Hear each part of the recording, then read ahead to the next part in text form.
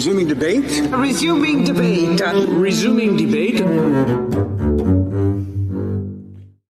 Welcome to Resuming Debate. I'm your host, MP Garnet Janis. I am a conservative MP who loves having civil and substantive conversation with people from other parties and other philosophical backgrounds. We've had some great discussions in recent episodes about rights and freedoms issues, about foreign policy issues, and I think it's critical that we throw some economic discussion in the mix. So I've reassembled two great guests from a previous podcast for a discussion again about the state of our economy in Canada, some of the issues around debt, inflation, and affordability.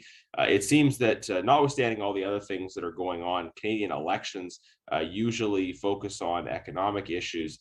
And very pleased to be joined by, first of all, a constituent of mine, Scott Hennig, President and CEO of the Canadian Taxpayers Federation. Scott, great to have you here. Oh, thanks, Garnet. Happy to be back.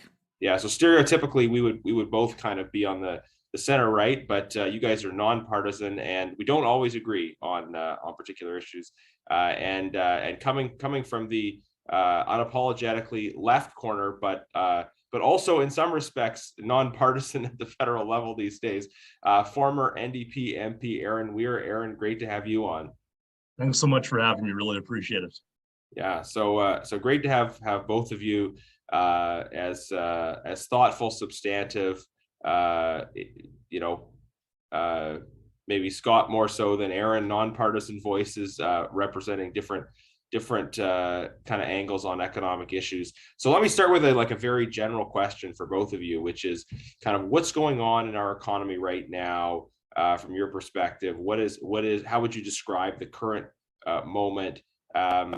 Especially as it relates to fiscal policy at the federal level and how that's impacting or not impacting the kind of things people are experiencing. Scott, do you want to kick us off here?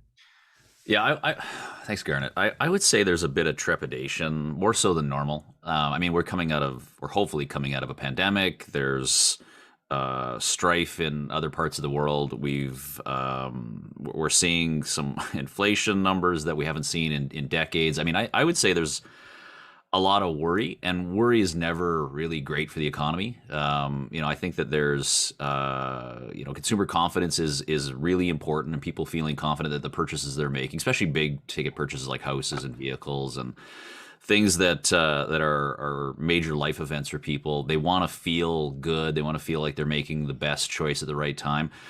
And it's tough to do so when there's so much up in the air. This is an unprecedented time for most of us in our lifetimes. We're hopefully not going to go through this type of life event again for most people. And so it's an interesting time to be alive, and it's a weird time to try to be making economic decisions. And that's, I think, for governments and for central bankers and for families all around. So I would say just as a general sense, it's a weird time. Okay, I'm going to want to probe a lot of those points, but overall, people are worried is your description. Erin, your take on that? Well, I would certainly pick up on the theme of uncertainty. I think that the pandemic created a lot of uncertainty, and governments and central banks responded to that with some pretty extraordinary fiscal and monetary expansion, which I think was fairly successful in stabilizing the economy and supporting the job market. But of course, one of the risks with those types of policies is that they can spur inflation, and indeed we're starting to see some inflation. As Scott said, it is higher than we've seen in decades. Around 5.1% in Canada. So I don't think it's catastrophic, but it is definitely a significant public policy challenge. Mm-hmm. So fiscal and monetary expansion, the government's spending lots of money they don't have, and we're printing money to fill the breach. That's basically what that means. Correct me if I'm wrong, but just to kind of for everyone's benefit, right? Yeah, well, I guess it means deficit spending. whether you'd characterize that as the government spending money it doesn't have, I don't know. That's a bit of an editorial comment. I mean, to some extent, the government is never going to run out of Canadian dollars, but of course, the risk it runs in printing more of them is that can spur inflation. And I think that's kind of the debate that we're getting into now. Yeah. The finance minister says inflation is a global problem, which is, I think a bit misleading in that it's a problem in the countries that are pursuing the same policies, and it's not a problem in countries that are pursuing different policies. And that doesn't mean that we shouldn't critically evaluate the impact of the policies. Well, I think that's right. I mean, inflation in the Eurozone is also 5.1%. It's actually higher in the United States at 7.5%. But yeah, certainly the United States and Europe pursued the same kind of expansionary policies.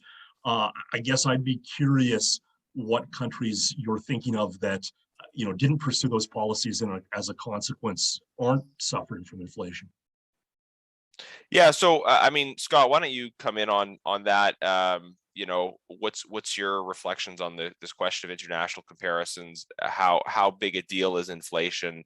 How concerned do you think we should be about the fact that it's clearly not like Venezuela levels, but it's also higher than we've seen in Canada in decades. And also to Erin's comments that from his perspective, these expansionary policies worked, or at least had their time. So it's interesting timing. We just put out a bit of a small report. Well, I think the report actually is going to come out right away, but we just put out our magazine that has a study in it looking at what governments did across the world in terms of their spending during COVID.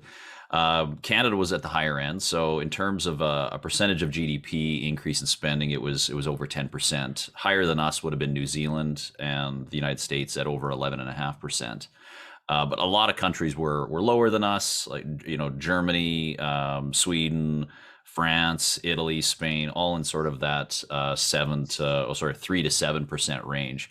So we certainly saw in Canada, compared to OECD countries, an increase in spending during the pandemic that was much higher than others.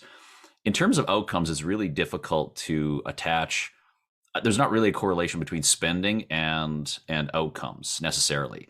There's a higher, potentially higher attachment between restrictive policies and outcomes. So Canada had a much lower death rate from COVID than a lot of other countries had. But if you look at America, so America spent more money, had a higher death rate. So you can't necessarily link them. You can have a better link between sort of restrictions on gatherings and in public places, and also the density of the populations have a much more higher correlation than the spending necessarily.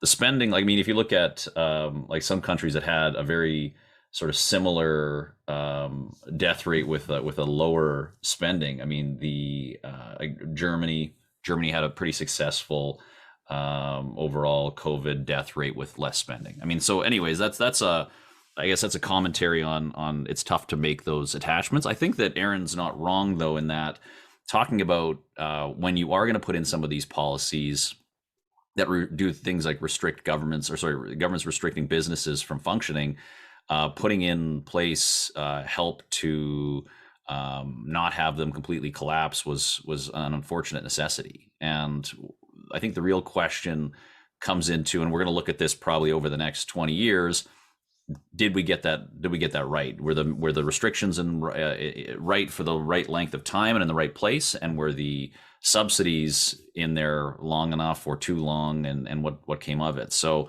I think that's a question that is tough to answer today, but is going to be answered over the next many years. In terms of the sort of impact overall on what the government's saying in terms of inflationary being transitory and being not a long-term thing, I don't have all of the inflation rates for every single country in the world. I think Erin mentioned that inflation's even higher in the U.S. I think maybe you mentioned that. If you didn't, we're looking at 7.5% inflation in the U.S. But I think, I mean, there's no question you can't dump an extra $370 billion into the economy over a 2-year period and expect it not to have any impact. And many governments had these same policies. And so some of it, I think you could point to certain items. You can say like, well, in vehicles, because they're the chip shortage, there's maybe that is temporary and maybe that is transitionary. But the other main things like energy and housing and many of these other items are not. And I think that you got to feel bad a bit for the finance minister and the governor of the Bank of Canada, because anything they say becomes almost it's a self-fulfilling prophecy, right? If they say that inflation is going to be like, we're looking at massive inflation, 6, 7, 8%, then instantly businesses and workers respond to that, right? Workers instantly want an 8% increase to deal with that. Businesses start raising their prices by 8% if they know it's coming. So it's really difficult to be a governor of a bank, a central bank, or even a finance minister, because you have to say, oh, no, like things are not going to go up as high as we think they are, even knowing that's probably not true, because what you say will fuel that inflation.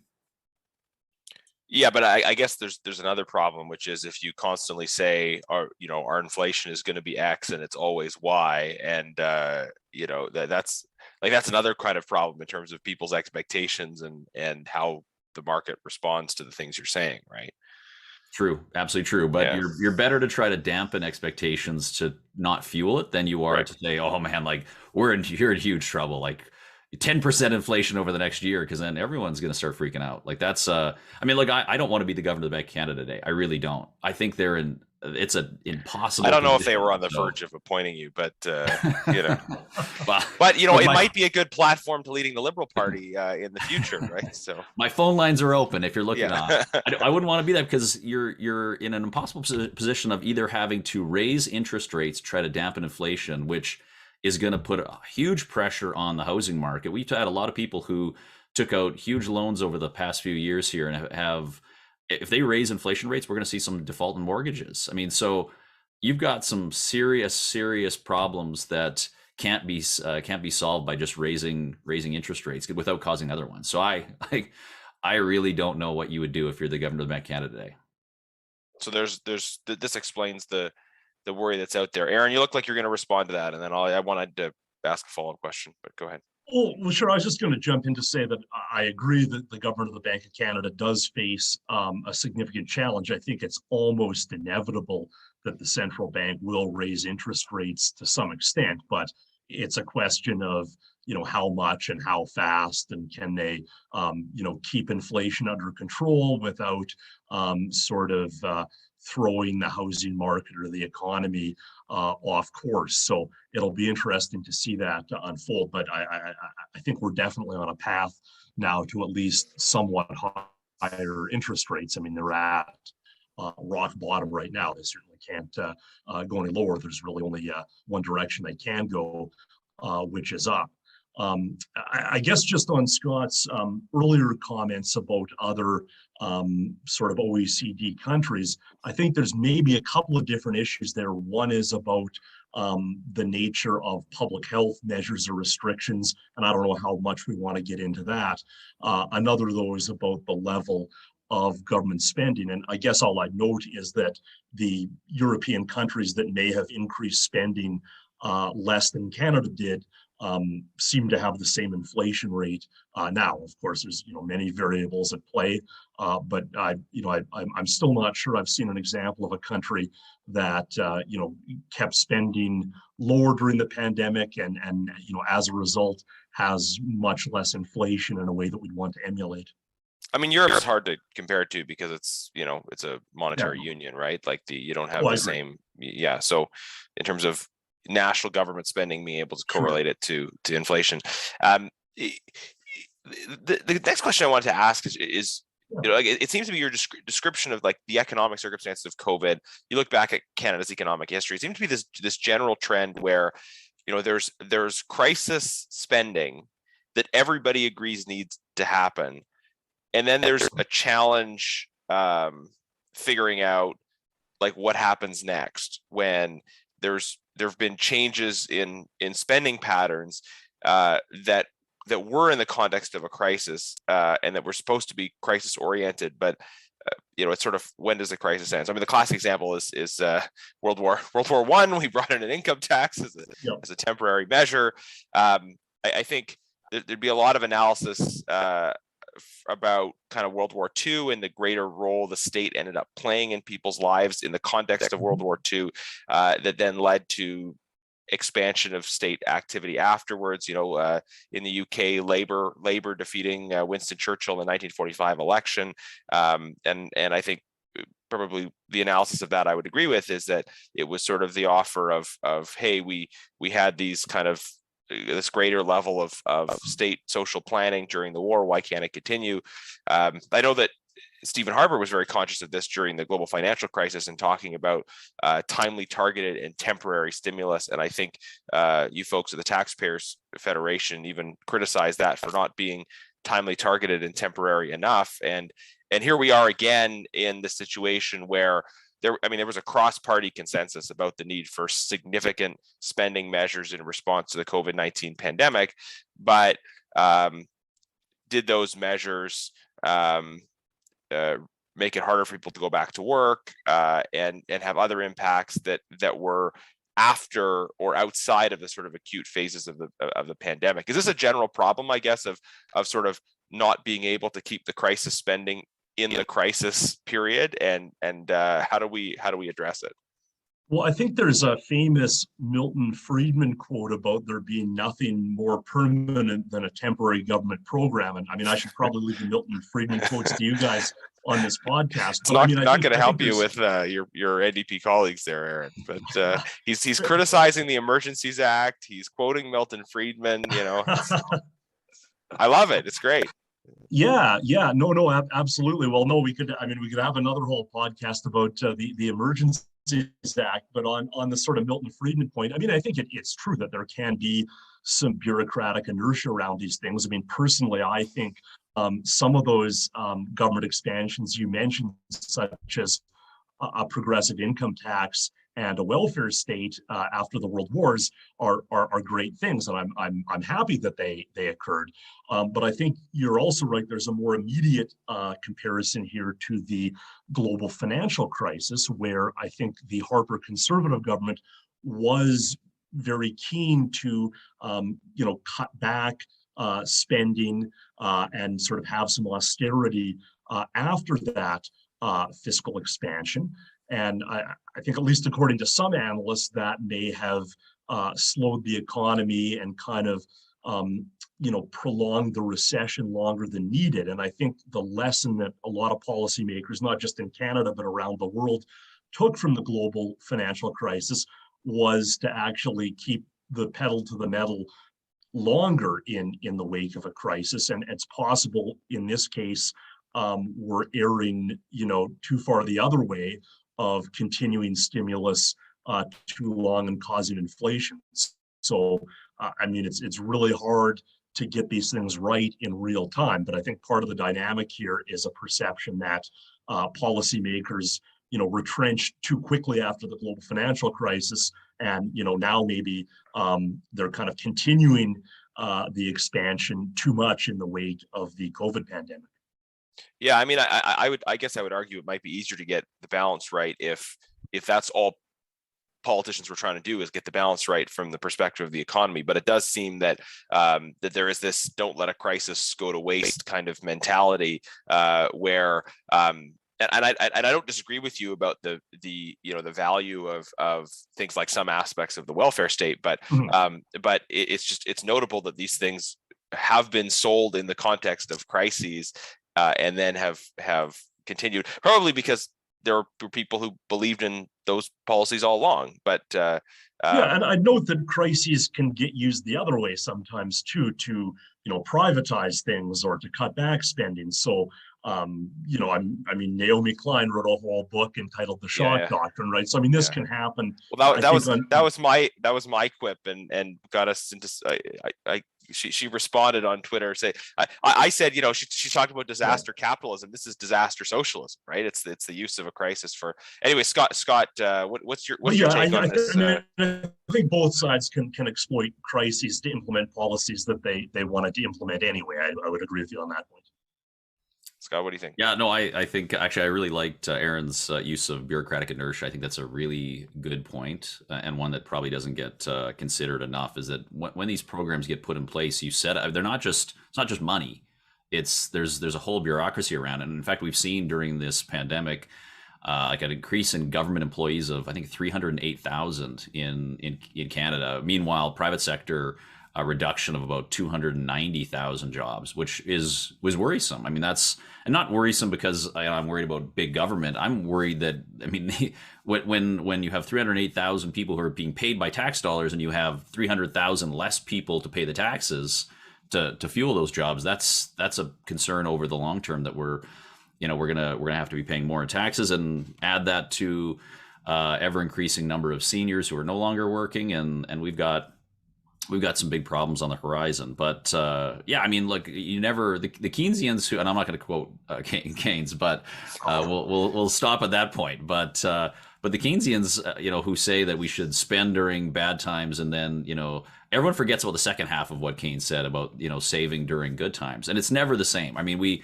look at take the financial crisis as an example. I mean, which was in hindsight looks like a joke compared to the pandemic in terms of the spending. But I mean, it was a complete overreaction by our government, and it was all governments. And I would say though that it was in particular Canada. We had a 3-quarter recession, so we didn't even have a recession for a full year. We had 3 quarters of negative economic growth, and then we had 8 years of deficit spending from it. Like that was a complete and utter overreaction, and especially when we had deficits that could have probably been $10 or $20 billion jumped to $50 billion for the first 2 years, that I thought were completely unnecessary. Especially when and the Fraser Institute's done some studies looking at how much of the government spending actually led to the recovery, and it was almost nothing. Like it was a small percentage of the recovery you could attribute to the government spending during that economic recession. This one's a bit different. Obviously, we were, the money was, we had a lot more people unemployed all at the same time, and a lot of businesses shut down. So I think it's a little bit different to compare. But the key is to try to get this back to normal as soon as you possibly can in terms of the spending, because it can drag. It can definitely drag, and we saw that last time. I would say the difference right now is that last time we had a government that said, okay, we're going to get back to balance over 8 years, which again, I would say was crazy too long. This time we don't have a government saying anything about that. They've not committed to getting back to balance ever. In fact, Justin Trudeau ran on not being in balance his very first time he got elected. He promised 4 years of small deficits, and people voted for that. So I'm worried that we're going to see prolonged deficits. Now, that said, we think it's pretty easy actually to get back to balance. Like it's not that crazy. In fact, if you just go back to pre-pandemic spending levels, even adjusted for inflation and population growth, you can get back to balance in like a year and a half. So it isn't going to be that hard, provided they pull back on the extra spending that has been done. And talking about that spending, again, I think we're going to look at this over the next 20 years and we'll have a better idea. But I think it was pretty clear that the CERB spending last summer was causing an issue. I don't know what date we could put on it, but I think if you looked at last summer, we probably could have pulled back on CERB earlier. And everyone who said that they didn't want an election in the fall, I was not one of them. I said I do want an election because I don't care about the result. All I knew was that after the election, CERB was ending, because they were not going to end the CERB before the election. And so, despite the fact cynical, Scott. I was absolutely convinced that the election wasn't going to make any difference to the makeup of the House of Commons, but it would end CERB. And 3 weeks after the election, CERB was gone. So I was one of the few that was cheering on just call an election because we can get rid of CERB. And that we probably waited, I would say, at least 3 or 4 months too long to end CERB, which had negative economic consequences for a lot of small businesses. Incidentally, if you had written down that prediction that the election will not change the makeup of the House of Commons, I don't know, did you write that anywhere? Because I definitely did. Okay, then it served to be remarkably, how strange that we go through 2 years of such incredible changes and events, and we're kind of now. I mean, there was some seat change in different regions, but I wanted to pick up on your comment about Keynes, because like during the pandemic, I read this biography of Keynes, and I'll read out the title to recommend it to folks, called The Price of Peace, Money, Democracy, and the Life of John Maynard Keynes. And it's, I got to get the name right here, just for the author. I'll mention the author's name in a moment here. Zachary Carter is the author. And so it's interesting because Keynes had this very dynamic life, and involved in the debates around the Versailles peace settlement, and participating in key economic debates in many different eras. And I think he, and I'm not saying he was right about everything, or even necessarily most things, but I do think he's one of these figures that is like much abused by those who claim to be his disciples, right? He's someone who people like to invoke, I believe in stimulus, but he had very specific ideas, that were different from sort of monetarist thinkers, obviously, but they were, and I think one of the things about his emphasis would be around government spending during a downturn playing a stimulative role, things like make work projects, and encouraging economic activity, and that seemed very different from what we were doing during the pandemic here. You mentioned CERB. I mean, we didn't have the government saying, okay, we got all these unemployed people and we need to hire them to do tracing and outdoor construction activities. It wasn't that would seem like more of a Keynesian approach, which is like let's have some big national projects that are pandemic related or otherwise, and start paying all these people to work. Instead, it was the creation of a very generous benefit structure for those who weren't working, and sort of attendant concerns about how people who went back to work and could go back to work would actually be worse off in certain cases. Erin, Scott, am I right that Keynes is this greatly abused thinker, and do you think there's something to be said for we could have spent the money in a way that was more stimulative during the crisis itself? Well, I think it's a fair point about Keynes, and I mean you could probably make the same point about Adam Smith. He wasn't really as dedicated to unfettered free markets as some people have tried to invoke him towards. But in terms of the CERB spending, I think it is important to note that the government wasn't putting that forward as the highest and best form of economic stimulus. It was being put forward as a response to the pandemic, of essentially paying people to stay home and not transmit COVID. But I would agree, with the benefit of hindsight, there's things that could have been done better. I mean, you mentioned the possibility of employing people to do contact tracing or other types of pandemic response. One of the things that really struck me during the pandemic was the apparent lack of public investment in things like improved ventilation in buildings, or expanding ICU capacity in hospitals, because at the start of the pandemic there was this argument that, well, we need these public health restrictions to flatten the curve, reduce the number of people going into hospital at the same time. But then here we are 2 years later, and it still seems like having 100 people in the ICU is a huge crisis. And I wonder if during those past 2 years maybe more could have been done to at least temporarily expand that hospital capacity, or improve ventilation in schools, so that there's maybe less of this debate about the need for masks. So I think there are some anti-pandemic investments that probably could and should have been made. I'm not sure why they weren't, other than that policymakers maybe didn't expect COVID to last as long as it has.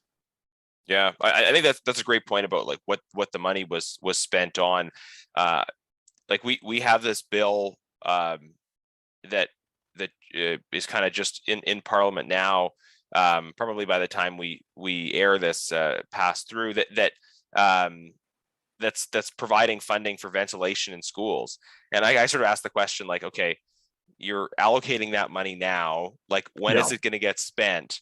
And the response is, well, having better ventilation in schools is something we should have it at any time, right? Which Sure. I guess, right, but it still doesn't really answer the question of like where were we when this initially started, in terms of saying, testing, tracing, ventilation, all these ICU capacity, all these kinds of spending that would have been stimulative, right? Would have gotten people working, doing various kinds of things, and also would have made us more resilient to future waves of the pandemic. Scott, what do you think about that?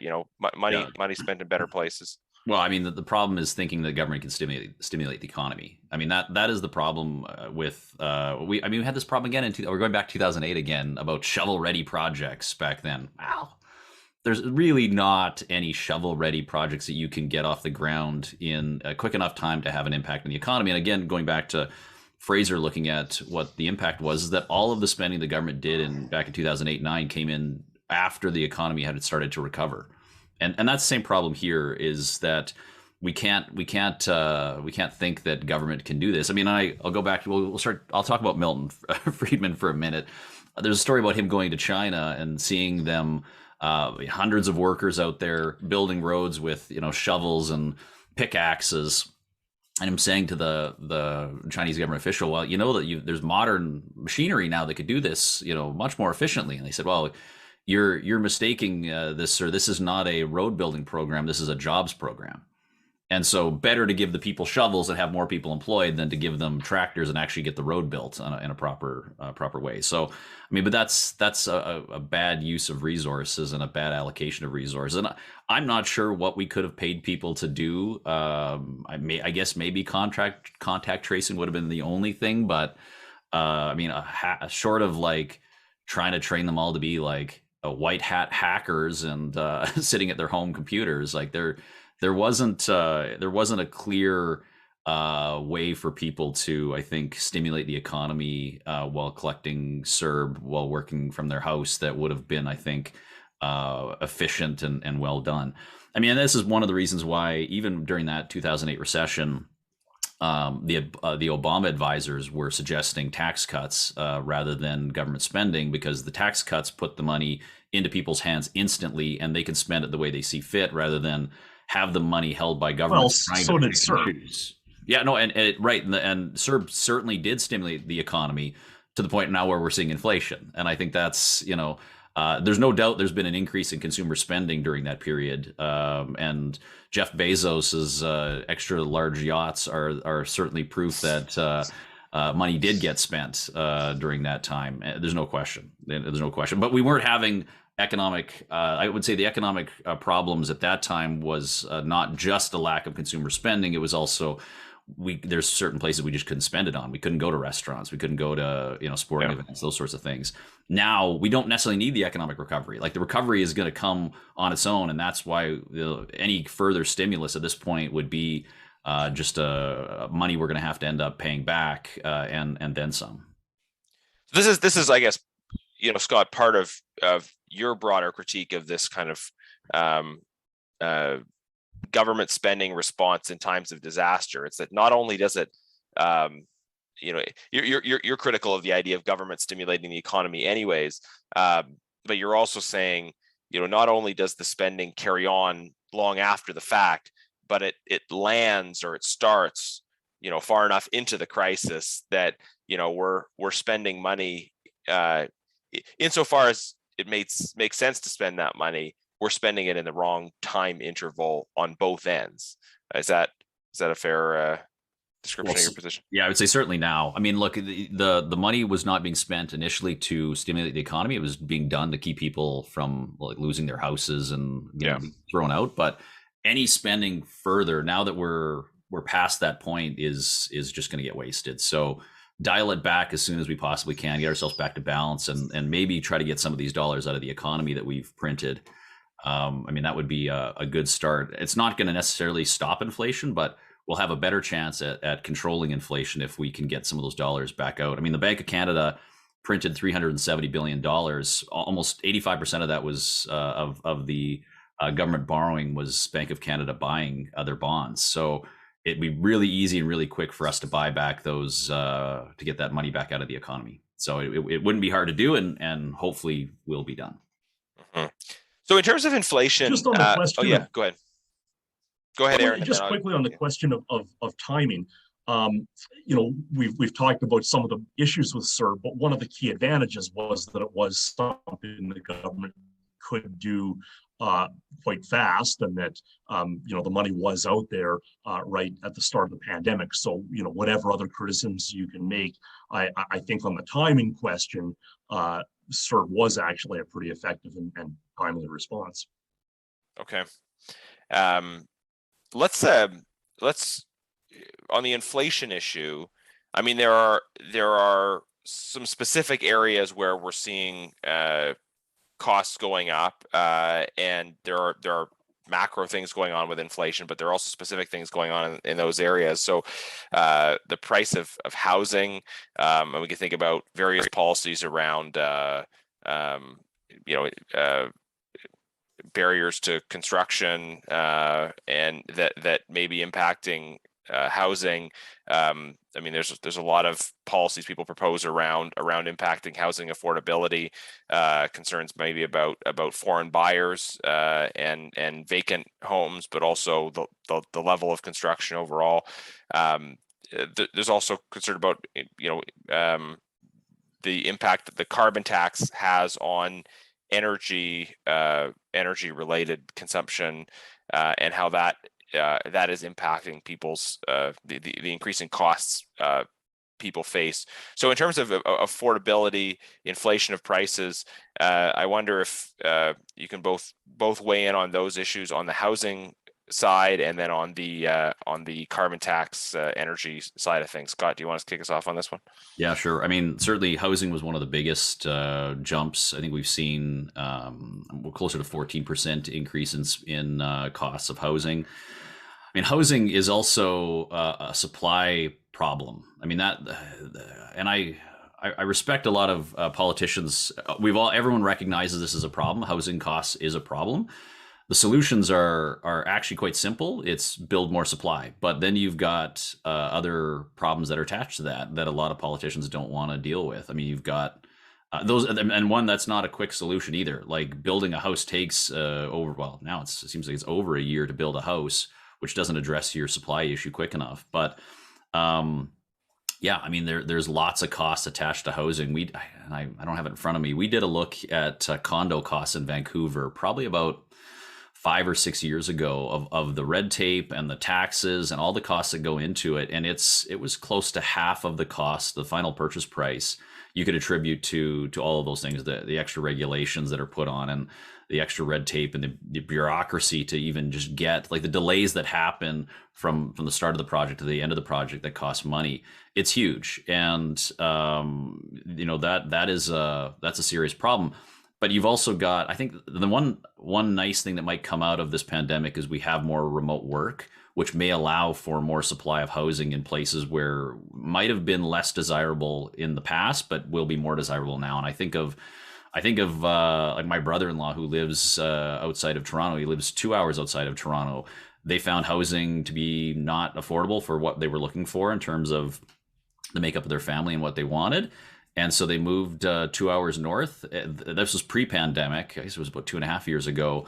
And it was a real slog for him to try to figure out how he was going to get to work every day. I mean, he was facing, 2.5 hour commute times, which is crazy. Now he works from home, and the pandemic has made, where he can live, whereas housing is more affordable, a real opportunity. So I think that's the one nice thing, is we may see some pressure released off of the housing market by not ensuring that everyone has to live in the GTA or right around Vancouver. We can spread people out a bit more. This is we're the least dense country in the world.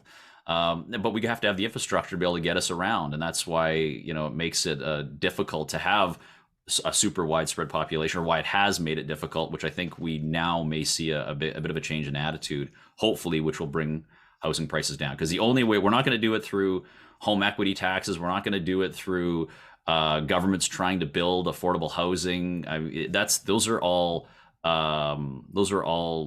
small and temporary. The only way we're actually going to see home prices go down is by a significant increase in the supply, and we need to get builders out there building in lots more spots.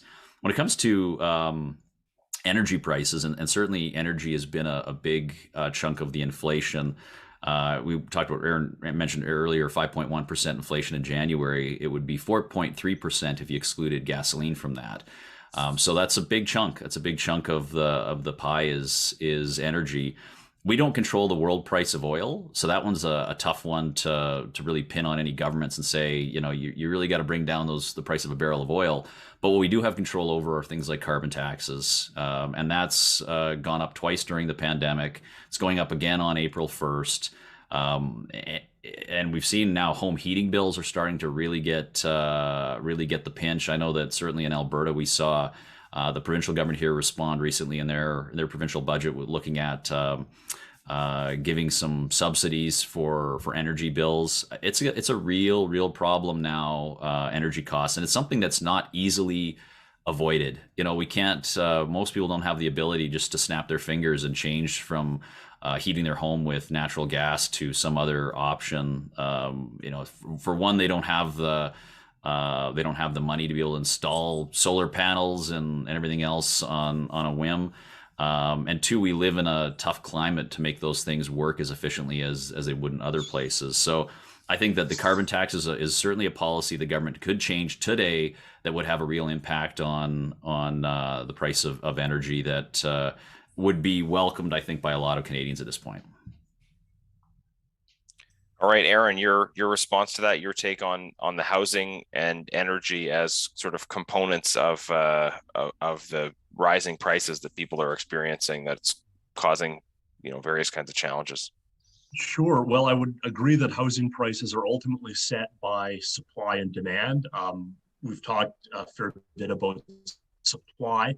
The other side of that is demand. And one of the reasons Canada has had such a hot housing market is that our population, is growing faster than other major industrialized countries. We have, a very large immigration intake. In particular, there's been a big increase in the number of foreign students coming to Canada. Mike Moffat has done a lot of work with this with a particular focus on Ontario. There's obviously economic advantages to bringing young, well-educated people into this country. But if you massively increase, the number of people who need housing, without a plan to expand the supply of housing in a commensurate way, then you're going to have much higher housing prices. So, I think that we do have to have some sort of coordination between our immigration policy and our housing policy. And, I think there's a lot of things that could be done to increase our housing supply. I guess to a greater extent than Scott, I probably think that the public investment in housing is part of the solution. But, I think there have to be a number of different solutions. In terms of can I just pick up quickly on the housing piece? And so, like, the point about immigration is interesting because I remember in my I guess the 2019 election, I was in a debate against a PPC candidate, and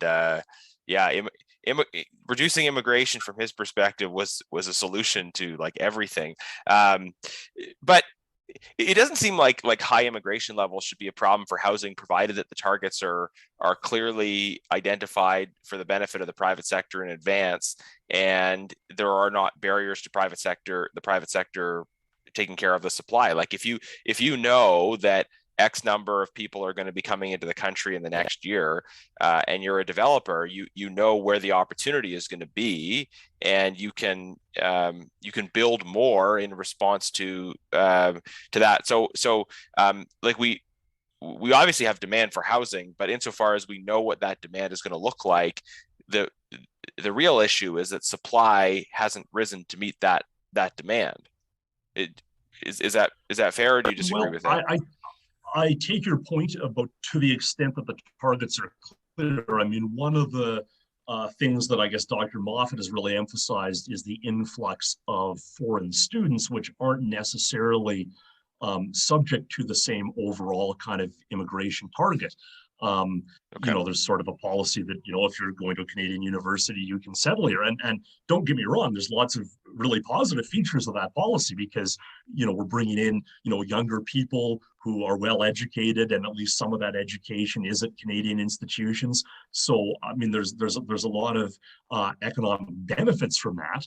But I think maybe one of the,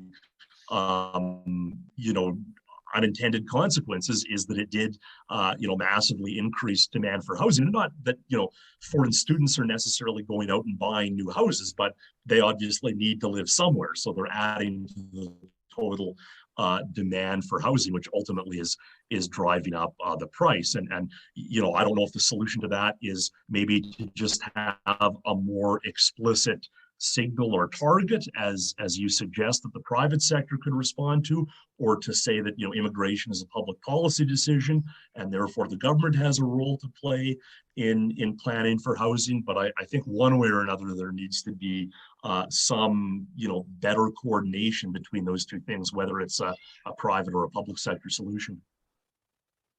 On energy, sorry, I could cut you off when you're about to transition to that one. So oh yeah, sure, absolutely. So certainly it's a big part of inflation. Mostly it reflects international events and international markets. But you mentioned the carbon tax specifically, and it obviously is a policy of trying to increase prices to get people to use less carbon. So inevitably, it's going to increase prices, which is inflation. I guess I would just make the point about the carbon tax specifically, and maybe affordability in general, that it's not just a question, though, of being concerned about the price level. It's also about people's incomes and ability to pay those prices. So the carbon tax addresses that by essentially refunding the revenues back to Canadians through the income tax system. I'm sure you've heard the federal government make that point in defense of the carbon tax, and I think it's a point that can be made more broadly in this inflation debate. That, I mean, surely one of the solutions is to ensure that people have adequate incomes that are either indexed to inflation or that can be increased to kind of keep up with rising prices.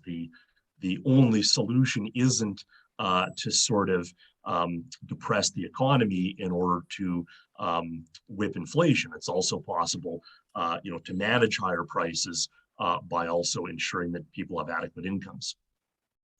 Yeah, I mean, if I had a button to push that would give people adequate incomes, I mean, I guess this is the question, right? It's like, what are the levers we can that we can control. I will just note, in terms of the government's justification of their carbon tax policy, we're way past the point at which they use terminology like revenue neutral, right? I mean, now it's like, well, we're going to be using the money that we collect to spend on, give it back to Canadians, or spend it on things that will benefit Canadians. It's like, ostensibly that should be at least the intended purpose of all money the government raises, right?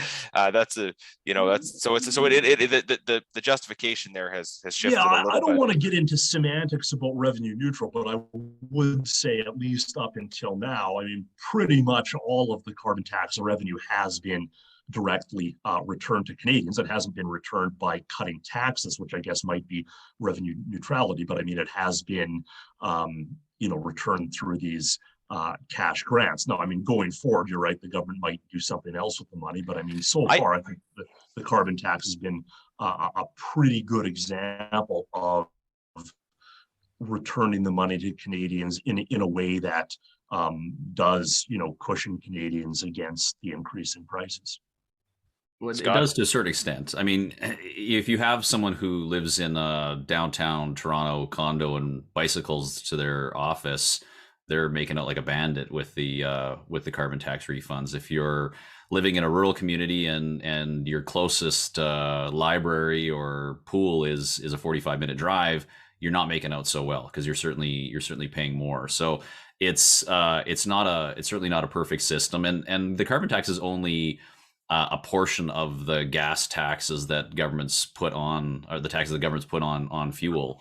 It's more so with the home heating. Obviously, the home heating for sure it's the biggest chunk, but depending on where you live, even before the carbon tax, we were looking at between 20 and 40% of the price of your fuel being government taxes, and those are not refunded in any way by provincial or federal governments. So there is a lot of taxes on fuel that it's one of the most heavily taxed items next to liquor, I think, in this country, which is also going to go up on April 1st with the automatic escalator tax.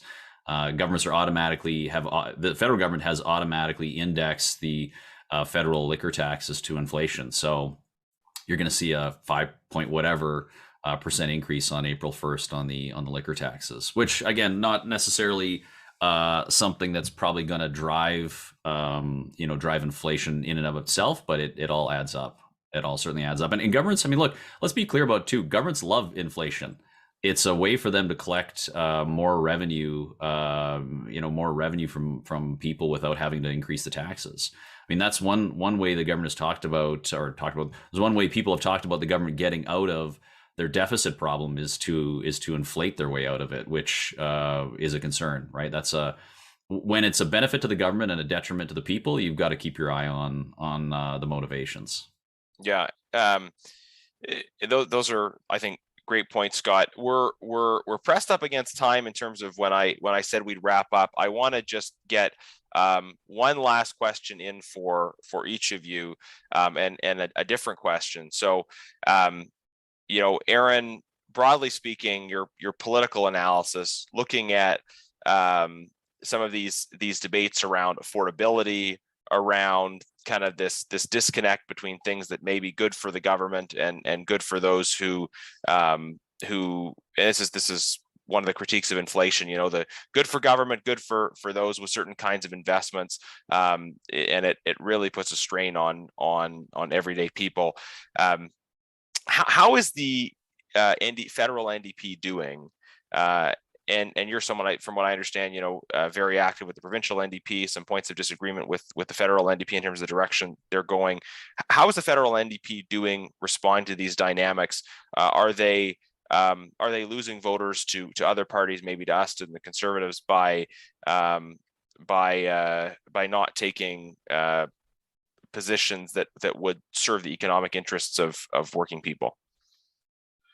Yeah, good question. I mean, I am concerned that the federal NDP has drifted a bit away from what I would consider to be social democracy and speaking up for working people, and has instead focused a bit more on identity politics.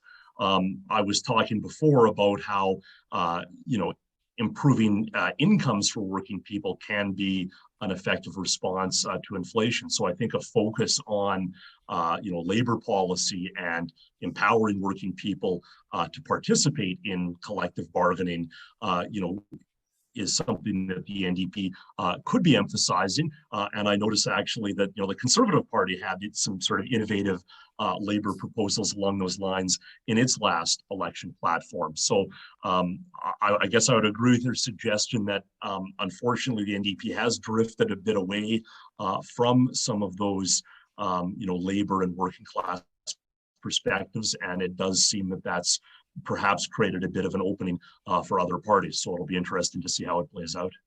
Mm-hmm. And then, Scott, I wanted to ask you that there's a private member's bill from a current Regina MP, Andrew Scheer. You talked about how you wouldn't want to be the Bank of Canada governor right now.